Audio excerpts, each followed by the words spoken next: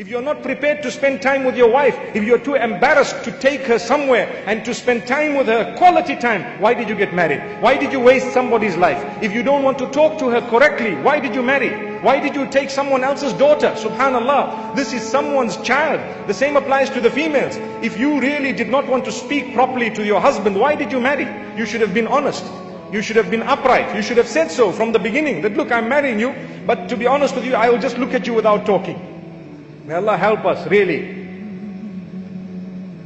You need to smile, and the smile is an act of worship when it comes to your fellow Muslimin, your brethren. You smile, you break into a beautiful smile, mashallah, you smile. Imagine if a smile is an act of worship when it comes to fellow human beings, what about when it is your own spouse? It is a far greater act of worship. You need to show your teeth to your spouse, and when you grow older, you can show your dentures too, mashallah. Really, subhanallah. For as long as you smile, and you just smile, look at them, admire them from top to toe, look twice, thrice. She is not a woman whom you need to lower your gaze from, but you don't look at her. Allahu Akbar. But the others, we look at them head to toe, and we go to the sheikh saying, that was only one gaze, I didn't look away, not yet. But your wife, whom you are supposed to praise, you're supposed to tell her, darling, you're gorgeous. You are, mashallah, figure like a trigger. The other day we used the term aerodynamic, mashallah. Subhanallah, beautiful. You see the shapes of the motor vehicles are changing every year. Subhanallah. May Allah bless us. We will praise the shape of the new C-Class and say, wow, that's a baby S-Class. I'm sure you know what I'm talking about. Well, look at your wife and tell her, mashallah, you are my baby. It's an act of worship. If you are not going to say these beautiful words, your knot is probably going to break. To be honest with you, that knot would be so loose that you can't even say a good word. Every time you say a good word, you're actually making sure the knot is tight. So my brothers and sisters, make sure the knot is tight enough. It mustn't loosen and it mustn't break. When you are too hard, then what happens?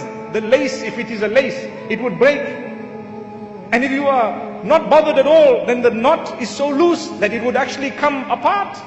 May Allah subhanahu wa ta'ala bless us. This is why we say, you will have qualities in your spouse that you may not like. It's normal, they are human beings.